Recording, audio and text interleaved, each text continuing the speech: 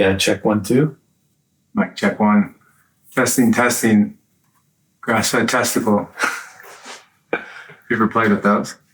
Testicles, no. Not organs, but definitely. You're right. Yeah, not testicles yet. They're testing positive. Who is?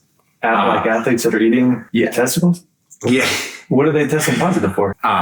It's the androgen. They're testing the grass-fed testicles Really? from like the organ meat supplements. Wow. Yeah. A few months ago, Dr. Paul came out and shared, they just like were telling everyone, like, if you're an athlete, do not take whole package. Okay. Is the name of is their grass-fed testicle. Name, yeah, it's a great name. So it's technically like banned for athletes. They can't take which is crazy, right? Because that's a part of an animal. I know. Well, you could technically eat this as a food, not in the supplement form.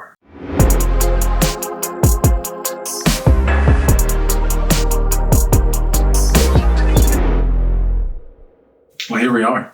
Nick, thanks for joining Health Hacker Life, man. Yeah, welcome to my hotel room. Yeah. Appreciate you guys coming down to me and making this happen. Totally. Yeah, so we're in Denver, Colorado. We're at the Ritz-Carlton. You're on an away game series right now. Yep. So we play the Rockies. Right. Pro baller, pro baseball player on Arizona Diamondbacks. And one of the two big reasons I wanted to jam and interview you on the show, number one, you'll be our first client of Elevated Eats that we've had a chance to interview and talk with. But more than that, it's your personal and side hustle commitment with your side business around health, 7-pillar health and performance, right? Yep. That's been like really cool to witness how passionate you are personally on that. And you practice what you preach, and you are supporting and spreading the message of health and awareness and performance to the masses, right? And so I'm really excited to dive into kind of your personal health journey today. And let's do it. Yeah, man. So when did you first kind of get activated on this path of realizing what's possible when you do dial into holistic health? Obviously you've been an athlete probably your whole life. Yep, exactly. Yeah. So for me, I guess I could take it and trace it back to probably high school was the first time I really started to think about health. And it was a messed up view at that point for sure. And I was just kind of this scrawny kid who was really athletic and loved sports and trying to figure out a way to get stronger and get bigger and just be able to compete at a higher level.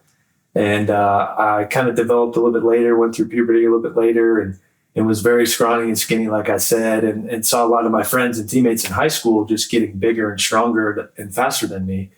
And I was like, man, how can I continue to get better and become the better athlete that I want to be and play at the next level, play in college, and had aspirations to play professionally. So I started to really lift weights for the first time in high school.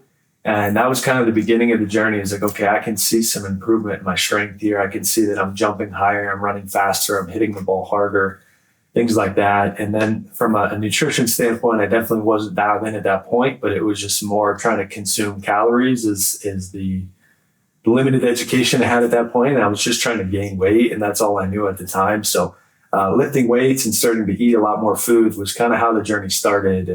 And that kind of continued that way for me through college. And once I got drafted and became a professional baseball player and was doing it every day and saw that, oh man, now I'm playing against the best of the best college players. And how do I get an edge upon these guys? It was like, okay, let me dig into nutrition and recovery and sleep and start to study these things, and started to read some books and started to, listen to podcasts and try to level up my game. Love it. Yeah. Cool.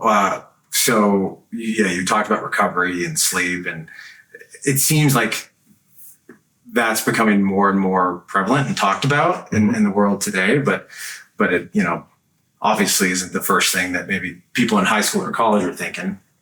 But so you got drafted, and that's when you were like, all right, it's time to find an edge wherever I can, because that's going to support me in performing at the top of my game, right? For sure. Yeah. I share this story with people at times too, because when people are just starting their health journey, they're trying to eat healthier, they're trying to gain an edge in, recovery, nutrition, whatever it might be, fitness.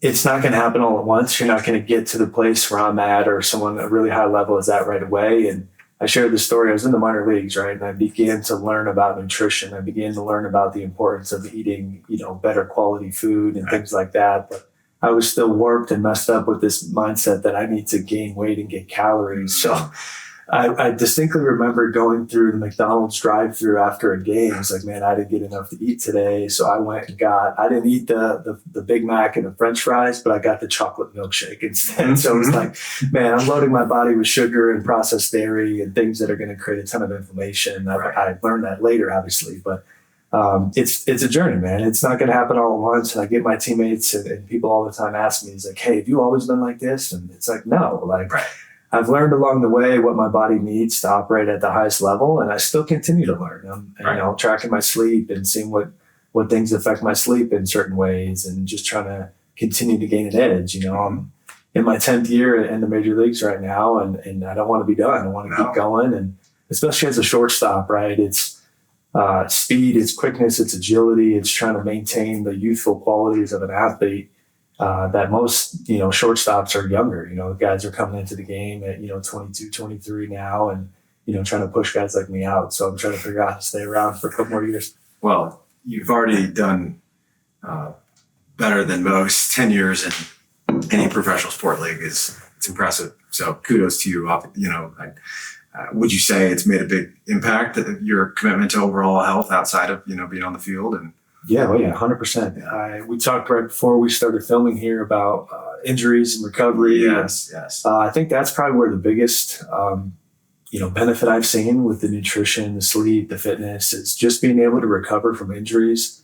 The big ones, right? The ones where I've had surgeries and things like that. And then also the chronic ones. And playing baseball is such a difficult physical sport, not similar to football where it's, all out impact and, car crash level physical trauma, but it's just a constant micro trauma every single day. And we play pretty much every day. So there's not this time to, take a couple of days off and recover. So you got to figure out how to maximize your recovery each and every day. And I've definitely seen a lot of improvement from how I, try to sleep and eat and take care of myself. Right.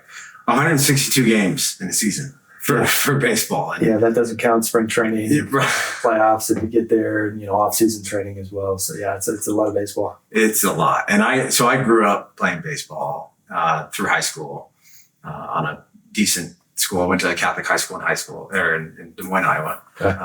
And my dad played ball growing up. He played college ball, actually. So, and he was a pitcher. I was outfielder / trying to become a pitcher. So you're a shortstop now, but I think I read that you also used to be a pitcher, right? High school. Yeah. So I want to know, what pitches did you throw?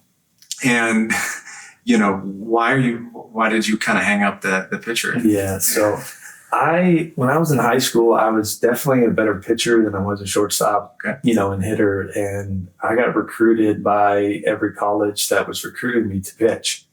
And the way my personality is wired and operate, I hate sitting on the bench. So for me to not be involved in, 80% of the games or 80% of the game if I was pitching out of the bullpen, to me, that just doesn't fit my personality very well. I love being on the field. So I was looking for a college coach and a college program that would give me an opportunity to try to do both. I knew I probably wasn't good enough to get a scholarship offer just to play shortstop, and that didn't happen. So UConn was the only school that said, hey, we'll let you do both in the fall. And I think that was their way of getting me in the door and saying, like, hey, we want you to come here. We kind of want you to pitch, but we're going to use this as a recruiting pitch to try to get you here. So they offered me like a, recruited walk-on position in the fall as a pitcher and, shortstop. And just took advantage of that, tried to show up and get better every day. And by my third week of my freshman season, I was playing shortstop at UConn and just haven't looked back since then. Love it, man. Yeah. Well, it's natural for shortstops to also be pitchers, I think, too, because you have to have a super strong arm. Yeah, for the most part. Yeah, I mean, at least in high school, most of us, at this level pitched in high school. And I guess from a pitching standpoint, I was in college. I think I threw only a total of 6 innings my sophomore year. That was it, pitching in college. But I didn't pitch enough to have a good feel for a breaking ball. So basically, I threw a lot of fastballs. Nice. What'd you throw? What was your heater? College, I was kind of like 93 to 95. Nice. And, I had good command, being a shortstop. I feel like I could, throw the ball where I wanted to, which I feel like helped me. And then I couldn't throw a breaking ball very well. So my college pitching coach taught me a cutter and just something that was a little more easy to maintain when I was pitching very sporadically. Right. Yeah. Cool, man. Well, that's great. I don't think I ever hit the 90s. I flirted in the 80s. But how's your arm? Like, how's your body? Like you mentioned, like you said, you've had some injuries, which what pro athlete hasn't, if you're open to sharing specifically about some of those and how you've overcome those, I find that very fascinating. One of the recent guests I had on the show was a doctor in Boulder. We talked all about stem cells. And so I'd love to hear a little bit about your journey of like healing and recovering from these specific, like acute or chronic injuries. Yeah. So I think, totaling it up, going back to high school, I've had 9 surgeries, 5 of them as a professional athlete. I had 2 of them last summer, actually. So I dove for a ball, I dove for a ground ball at the middle, kind of full extension. In July of 2020, we had just finished up our second spring training. We called it summer camp after the pandemic. We're getting ready to play our shortened season in 2020. Yep. And it was like one of our last couple games before the season actually started. I dove for a ball. I jammed my shoulder up really bad. I was like, man, that one hurt. That one hurt bad. But we had just sat out for 4 months and we're going to play only a 60-game season. And I was like, man, I'll just, rehab this thing as best I can in season and get to the off season. I'll have time to rest and recover. And it just kind of never really got better. And I continued to try to rest it and recover it and get cortisone injections and PRP injections. And eventually got to a point last season where I needed to do something about it. And went in surgically. I had, I think it was 8 anchors put in my labrum and a bunch of bone spurs shaved down. So it was a lot more serious than I had anticipated, but I'm glad I got the surgery, and the rehab process was kind of long and arduous. And about the 1-year mark is when I started to really feel like I was getting back to myself again, even though I started playing about 9 months. So during that time last summer too, I was out for the rest of the season. I missed, the majority of the games our team was playing. So I had an ankle surgery as well, cleaned up my ankle. So I had 2 surgeries last summer and just trying to figure out how I could best, manage this time and use it effectively, and ended up going and getting some PRP and stem cell injections and basically shot up, 6 or 7 different body parts. And some of them I feel like helped a lot, and other ones I'm not so sure if they made a real impact, but just continue to do my research and try to figure out how to maximize my recovery, and slept in my hyperbaric chamber quite a bit just to try to maximize that. And back playing now this year and feeling really good. Sweet. So shoulder and ankle. Yeah, right shoulder. Yep, left ankle. So your throwing arm. Throwing arm. And your left ankle, you said? Yeah. So I've, in addition to, I probably didn't have the best form or overthrew. I probably had some chronic things going on in my right arm overall. I do have a torn infraspinatus on my shoulder, but I was also a mascot in college. Really?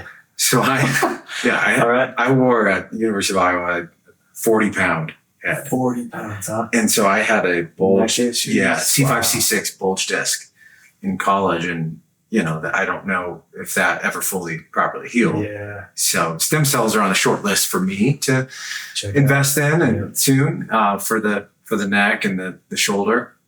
Definitely. I wouldn't jump to surgery, right? Being an athlete going through a lot of surgeries, I think people at times think that they're just going to go to a doctor and get fixed up and, all of a sudden everything's going to be back to normal 100%. But the rehab process afterwards can be long and lengthy, and you develop compensations and scar tissue, and different things that you're not expecting. So it's not just go in, get cut open, and you're all good. So, the new inventions and the new interventions that are out there now, they're less invasive. I think I would definitely start with for sure. Yeah. And I think that's probably, of course, every injury is different. Every athlete that goes through their own journey. On the stem cell front, I'm curious, like that's, from what I've heard, it's, if it's for a therapeutic, if you're injured and you're looking to recover, like get back to baseline from a therapeutic standpoint, that it's fully legal and covered and approved and safe for athletes to do. But do you have to have an injury to go to baseline from what's approved of not, or what's banned, like, could you be a baseline and just want to, like, do you know much about? Yeah, so I looked into that last summer when I was thinking about it, and I think Kobe was one of the first guys who I think he used to fly over to Germany like every off season For stem cells. Stem cells, yeah, when it wasn't technically legal over here yet, or FDA approved. Right. And I think he did it a lot of times just for maintenance, is what I gathered from the information that I read, and not necessarily that he had, ligament torn or something like that. But he's just trying to improve his health in the off season and help regenerate his tissue a lot quicker. So I cleared everything with my team. I talked to people at the Major League Baseball Players Association, and I always do that, whether it's a supplement or whatever, just to make sure everything is clean and good to go. And they had no issues with it. So I went up and tried it last summer. Love it. Yeah, that's what I would impress upon any pro athlete that is, whether they're recovering from something or wanting to get an edge, like, look into stem cells. Like, I haven't had them yet. Our dog had them actually before me. He's our health hacker pup. Right. But yeah, in terms of regeneration and getting an edge there. So that's awesome. You've had that and saw somewhat of a benefit. Cool. So I want to chat kind of overall recovery a little bit more and sleep, right? So 162 games a year. So 6-month season, full season. And like you said earlier, half the time you're on the road. Yep. 3 months out of the year. And that's not just like taking a bus down the road to some neighboring city. Yep. You're flying and hopping time zones all the time. Like, how do you handle that? How do you hack that? Like, what is your process like for that? It's been different every year. And the couple things that I try to do that I feel like have really helped are just to really prioritize sleep. And it can become challenging. At times we'll get in at, 3, 4 in the morning. Right. And it's like you're trying to get to sleep and you're like, body clock is way off. So I just try to get some sunlight early in the morning as much as I can and try to just reset my circadian rhythm. Occasionally I'll use a little melatonin supplement when we do hop time zones and try to get my body to acclimate a little bit quicker. And the thing this year that I feel like has helped my sleep more than anything is trying to eat as far away from my bedtime as possible. So tracking my sleep through my Oura Ring every night, that's kind of the biggest thing that I've noticed. My deep sleep is definitely larger quality and quantity when I don't eat as close to bedtime. Right. And it's hard. Sometimes we're playing night games and you get done with the game at 10 o'clock and you got to refuel at that point. So, eating dinner sometimes at 10:30, 10:45, 11, and then you're trying to get to sleep by 12:30. It's like, you don't exactly have an empty stomach at night, but try to do the best I can with that, whether it's an off day or a day where I'm not in the lineup.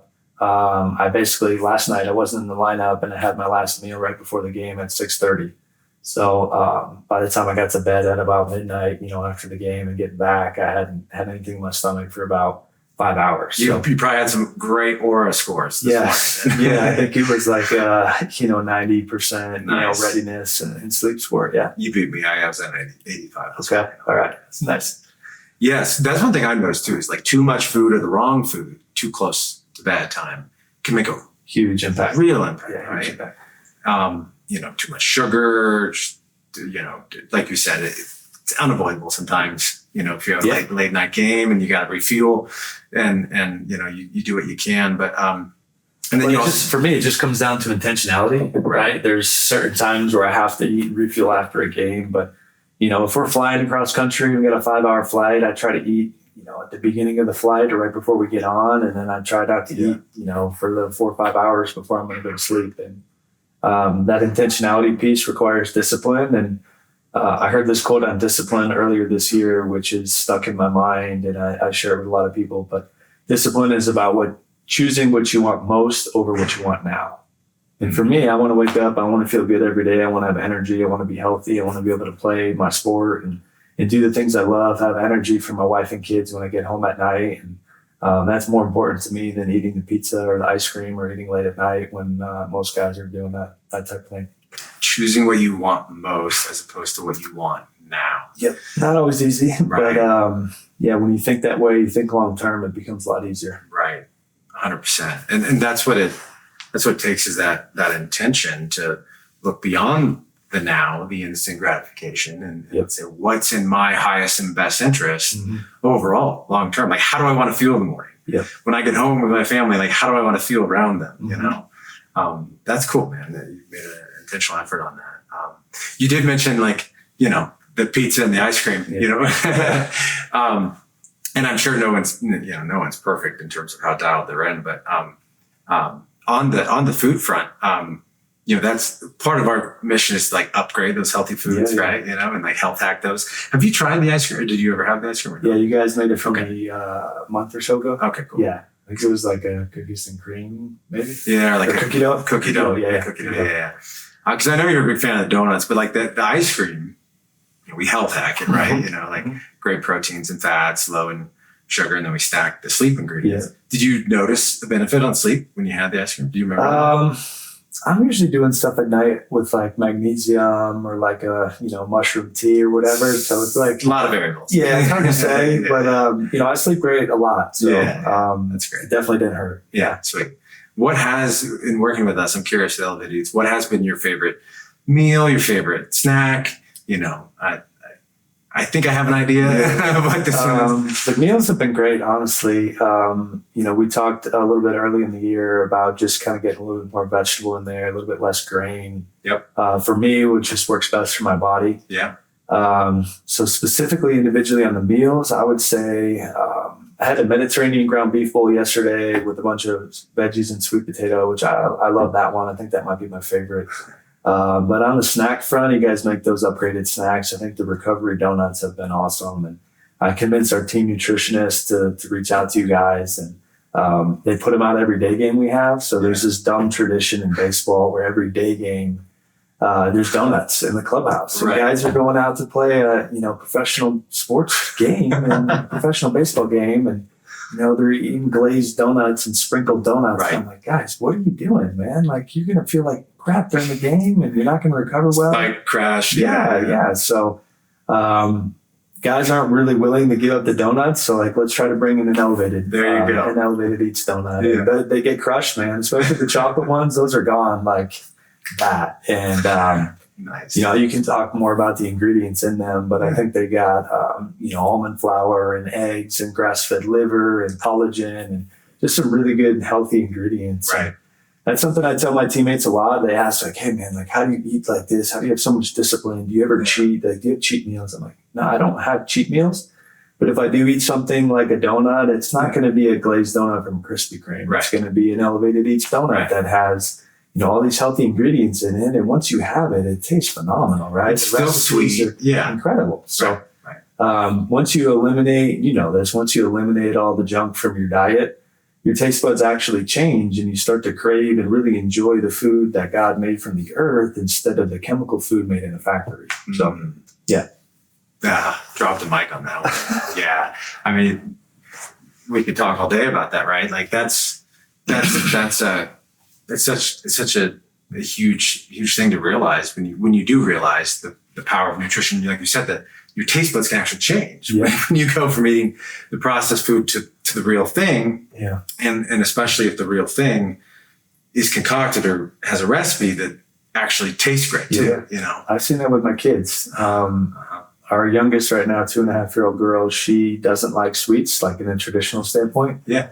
So they were at an event the other day and my wife offered, because all the other kids were there, we try not to deprive our kids and make them feel left out or whatever. So every once in a while, if they're at an event or a birthday party, they'll get a cupcake or whatever. And we'll just try to take the frosting off if it's, we know it's got all kinds of dyes and stuff in it. But my daughter didn't want any part of the donut. She took a bite of it and was I don't want that. And we've just been feeding her real food her whole life. So her palate and her taste buds don't really want that chemical, fake, processed, highly refined food. Right. And I've done that myself too. And it's you eat the certain way for a long time. It's man, that stuff isn't really appealing anymore. And even if it does taste good, you're not going to feel good afterwards. And your body's going to say, no, thanks. Right. It is a crazy tradition, the whole, donuts for during day games. It bothers me. That's bad. Well, we appreciate you bringing us into Joe, your RD, and having him get that upgraded, elevated ones. Cool, man. What other principles are, so 7-Pillar Health, tell us a little bit about the business. And I think you're running it with your brother as well. Yeah. Love this mission that you're up to with having a health and performance business on the side. That's got to be maybe a little challenging for you, but I want to hear a little bit about your vision and your focus is the business? Yeah, so my brother Mike and I started this platform, officially launched in February of this year, February of 2023. And so my brother Mike played professionally, played minor league baseball for 7 years. And what he and I did was we trained together every offseason and we pushed each other. And we both dug into our health. We had our own health challenges. So we really dug into how do we overcome these health challenges in a natural way, in a real way, in a sustainable way. And we just found so much success in our own personal lives with nutrition and fitness and sleep, recovery. And we touch on things like relationships, mindset, spirit. Yeah. So those are our 7 pillars. And our platform is just designed to educate and empower the next generation, especially of athletes, to really take ownership of their health and know that there's resources out there and ways that they can live their lives that are going to be impactful to their careers or their lives or their families, and just get them to level up in different ways. So we're doing a lot of educational content through newsletters and articles. And my brother, while I'm playing, is starting to coach people one-on-one. And cool. It's this kind of hybrid of life coaching, mental performance coaching, and health coaching all wrapped into one. And he's got his nutrition and certification degrees and things like that. So he's a little more technical on that side. And I don't necessarily have that formal education, but I just have a lot of real life experience. And we built out a really cool program. So it's 7pillarhealthandperformance.com if anybody wants to check it out and see what we're up to there and sign up for the coaching and the newsletter. Yeah, awesome. Love it, man. And how's the response been so far? I know you just launched in February, but yeah, it's been, like you said, there's challenges, obviously, with me having a full-time job. And my brother's also doing some stuff on the side too, where he's running the youth baseball academy. So we both have families too and young kids, and we don't have the time that we would love to dedicate to this right now. But I'd rather have it set up and in place now while I'm playing. And then, after I'm done playing, can, blow it up and do it full-time if I want to. Yeah. That's great. Cool, man. Well, other favorite, as we get close to wrapping up here, what sort of, new hacks have you discovered of late recently that you might travel with or you do at home? You mentioned hyperbaric earlier. Love that. I know you travel with a red light I see over there. What other kind of new hacks like those that you've been enjoying, that you think other athletes or other high performers would be interested in kind of leveraging? Yeah, for me, like you said, I travel with the red light, company called Mito Red out of Scottsdale, Arizona. They do phenomenal red lights there. So just adding anything that's going to help reduce inflammation, help improve sleep. I think for me, the one that's stuck out the most and the one that I really enjoy and basically can't go a day without is my cold tub. Ooh. Any particular brand? So I have one that's called Morosco Forge. Yes, you've got the Morosco. Morosco Forge, yep. So it kind of looks like a coffin. And, it's this big wooden box and you take the top off and it's, metal kind of trough looking tub. But they've got all the equipment in there to basically cool the water and keep it at whatever temperature you want. So I've got mine set at 36, 37 degrees and just hop in there for like 2 to 3 minutes every day. And the physical benefits are enormous, just the endorphin release you get afterwards and the dopamine spike. Yeah, all of that afterwards. But for me, the best part of it is the mental challenge, right? To stand over that, 36 degree icy water every day. And no, I don't want to go in this water. Like, it doesn't feel good. Like anybody who says it feels good is lying, right? As someone who's used cold tubs since I was 15 years old, like it doesn't feel good, right? It sucks. But the mental challenge of standing over it and voluntarily choosing to put myself in a stressful environment and then having to control my thoughts and control my heart rate and my breathing. It's just a challenge to know that I'm intentionally putting myself in a stressful situation to train myself to overcome stress later in the day. So it's something I absolutely love. Obviously, I can't travel without one, but I try to get in a cold shower or a cold tub at the stadium when I can on the road. Nice. I could just envision how you might get like a delivery to your room of just finding someone to deliver you buckets of ice. Yeah, I've tried that. Have you? Yeah. With the Morosco Forge, I've been in it a few times. That thing is powerful. Yeah. I've seen Rogan's all up in that. Yeah. And 36 is definitely cold. a good friend of mine, Justin, actually trained with Wim Hof, and Okay, nice. I live up with him in the foothills. He does something called Ice Church every Sunday. Okay. And he's just, a $200 ice budget, every Sunday. And he's got 15, 20 people in. So we do the breath work first. And then I love the Wim Hof breath work. I got the YouTube video saved in my favorites on my phone. I go to that often. Yeah. Love it. Yeah. That's cool that you're big on that. So would you recommend that for not like the cold therapy specifically, like that for the cold? Yeah. Oh yeah. I mean, I absolutely love it. And it's definitely something that everyone can benefit from. The physical benefits, but also the mental benefits as well are huge. How long do you stay in at like the 36, 37? Usually like 2.5 minutes is kind of where I'm at. Yep.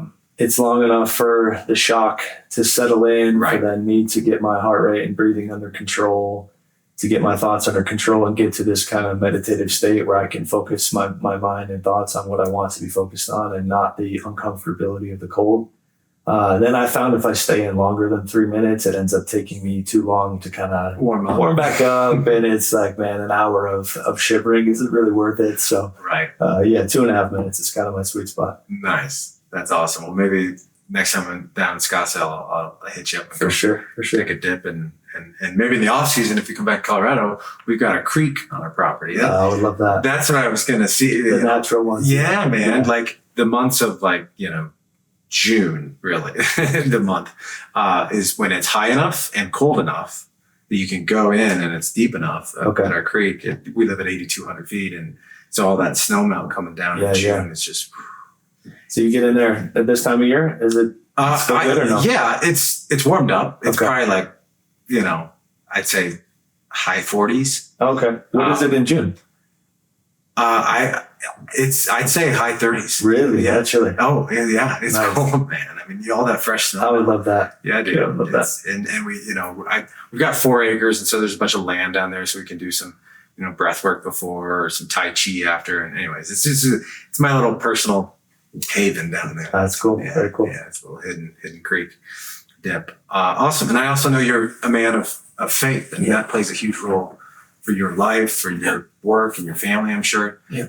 If you don't mind sharing a little bit about that, I would love to hear the impact it has on you and what some of your practices look like there. Yeah, for sure. Appreciate you asking that. Yeah. And for me, I had an identity crisis, and a lot of athletes experience the same thing. And I try to, help and walk alongside a lot of my teammates who are going through the same thing. So for me, since I was a little kid, 4 or 5 years old, all I've wanted to do is be a professional baseball player. And I got that chance. I got drafted in 2011 by the Atlanta Braves and ended up getting traded to the Diamondbacks. But I was in AA, minor league baseball, with the Diamondbacks. I was playing in a town, Mobile, Alabama, and just got traded, was doing a long distance relationship with my fiance, who's now my wife, Amanda. And we were going through some stuff in our relationship. I was playing terrible baseball on the field. I was basically just worried and nervous every day because of how bad I was playing, that I was going to get released, right? That my dream was going to get taken away from me. And then it was like, man, I don't know who I am without baseball. I had put my whole life and stock into being an athlete. Now that I felt like it was close to being taken away, I had, tons of sleepless nights, just all this worry and anxiety. And to me, it was all birthed in just having this identity crisis. I was Nick Ahmed, baseball player. I wasn't Nick Ahmed, person or child of God. And I'm very thankful I had a manager at the time named Andy Green, who went on to manage the San Diego Padres and is a bench coach for the Chicago Cubs right now. But he would just call me into his office that season. And every time I get called into his office, I was like, my heart sank. And I was like, man, today's the day the dream's over. And I thought I was going to get released. But every time he'd call me into his office, he'd have me sit down on his little brown leather sofa he had in there. And he would just say, hey, man, how you doing? Like I said, I know you're struggling, just checking in, seeing how you're doing. And it was the first coach I've ever had who really didn't kind of coach me transactionally, and he really cared about me as a person. I was like, man, there's something different about this guy, and trying to figure out what it is. And eventually he invited me to go to a baseball chapel service, which basically is a pastor in the professional baseball city coming to the ballpark because we play every Sunday and travel. Right. And giving like a 15, 20-minute sermon and praying with whoever wants to be there So he invited me to those, and he hosted a Bible study in his hotel room on the road. And I just was drawn to the peace that this guy had. He had a competitive fire, which was contagious as well. So he was, competing at a high level, but also a man of faith, loved his wife and kids. I was like, man, this guy's got something different. And he just encouraged me to read the Bible. He encouraged me that I was more than a baseball player. Right. And I started to read the Bible for the first time. And I'd kind of grown up in the Catholic Church a little bit, but I was completely disconnected from like an actual real relationship with God. And it was just more about checking a box and trying to be a good person, and didn't really understand the whole point of it. So started to read the Bible, and I got to this verse in the book of James that says, "Consider it pure joy when you face trials of many kinds." So everybody goes through trials in life, right? And I was going through some trials that year, and comparatively speaking, they may not be as bad or terrible as what some people go through. But for me, they were pretty heavy trials at the time, and I didn't really know how to handle them. And I definitely wasn't considering them pure joy. So I got to the point where I said, you know what? The way I'm doing life isn't working. It's not producing fruit. And having anxiety and sleepless nights. I'm not treating people the way I should. I'm gonna take my life and I'm gonna put it in God's hands, and I'm gonna start doing life His way. And since then, I've had a completely different level of peace, different level of purpose, and that's part of what we're doing with Seven Pillar. If people are open to that, is really teaching them the way God sees them and not viewing themselves as just an athlete, because people get so high when they're playing well, they get so low when they're doing bad, and the substance abuse and the relational issues and the addiction is so rampant in sports. I think because of that, is people's identities are so wrapped up in what they do and their performance. Right. We just want to get them to be free, right? God wants us to be present to the moment and free to go out and compete and play the game that we love, and not be so attached to the results that we can't let go. So it's been a huge transformation for me, and definitely still wouldn't be playing without my faith in God. That's beautiful. Oh man, the identity challenges that come, I can only imagine what that's like, man. I mean, I've gone through that myself in my own way, but not as like a pro athlete, and how much identity is just put into how you perform on the field, the court, that's, yeah, we all go through it, and whether you're in business or even just like a stay-at-home parent, like everybody can view themselves as what they do, right, in their performance. But as a professional athlete, we're performing, on a stage in front of thousands of people, and, everything is magnified. And we get, traded or sent down or released if you don't do well. And that type of pressure gets the guys, and trying to get guys to be free and just be present and let go of the past and things they can't change, and not worry about tomorrow and what's coming there, and just trust God in that, and just be present to the moment and just be their best selves they can right there. Amen, man. Yeah, that connection with spirit can really support on the mental health side, I would imagine too, because there's so much mental health conversation going on right now. 100%. Across sports. So any last words you want to leave our listeners with, Nick, today? I really appreciate everything you shared. Yeah. I think the only thing I'd want to share too is, we didn't talk about this in my own personal health journey, but just thinking about it now, when I was about 26 years old, I had some pretty debilitating acid reflux, heartburn, kind of stomach and gastrointestinal issues. Ended up in the hospital for a couple of days, ended up getting an endoscopy, getting scoped out, and I was basically diagnosed with GERD, right? I had a hiatal hernia. I was diagnosed with GERD. The doctor said, like, hey, you're going to be on this medication for the rest of your life. I'm sorry, there's nothing I can do to help you. And I left there just so deflated and kind of feeling hopeless for a minute. And I was like, this medical professional is telling me, I'm 26 years old, professional athlete, that I'm stuck with this chronic disease and condition basically for the rest of my life, and he can't help me. And for somebody who, like me, who tries to take things into my own hands and not take no for an answer, I just started to dig in and learn. And I was like, man, like, I didn't used to be like this. Now it happened. Like, something must have caused it and triggered it. And I started to learn that diet and nutrition had a massive role in me developing the GERD. And my dad had that. My grandfather struggled with it. So they were telling me it's genetic. And it's not necessarily genetic. We may be genetically predisposed, but our lifestyle has such a massive impact on how our genes are actually expressed. So I started to dig into and learn, in learn what foods are detrimental to people who struggle with this. Yeah. And what foods are helpful. So I basically changed my diet at that point and removed so many different things that were triggering and causing me to be sick. And 3 months in, I wasn't on any medication and haven't basically had any symptoms since then. So just a power and testament to food and nutrition and the way that God has designed our bodies to actually heal. Right. I didn't have to be stuck with this chronic condition. I think so many times people, and I'm not a medical professional, not giving medical advice at all, but people listen to their doctors and they think that their doctors know everything and that they can't, explore other options. And I just want to encourage people to do that and take health into their own hands. Not trust the wrong people, but just to take it into your own hands and learn and explore and just be okay and open to the possibility of something else being out there that can help. Alternative solutions. For sure. Yeah. Well, I appreciate, I'm glad you shared that. That was your wake up call on nutrition, I bet. 100%. At that point then. I was starting down the nutrition road, but that was kind of what put me all in. Love it. Last final question. If you could be one mascot in the world, college or pro, what would it be? One mascot. My kids love the mascots, the baseball mascots at the Major League stadiums. Yeah. And I think their favorite one, maybe my favorite one too, is the Philly Fanatic. Ooh. Philadelphia Phillies. That guy is just hilarious if it's one guy or multiple guys. But he rides around on this little quad on the field and basically taunts our dugout, and every opposing dugout and players that are there. So we have a good time with him. I think the Philly Fanatic would be my choice. Great answer. Yeah. Awesome. Thanks, Nick, for joining Health Hacker Life, man. Yeah. Thanks for having me, TJ. You betcha.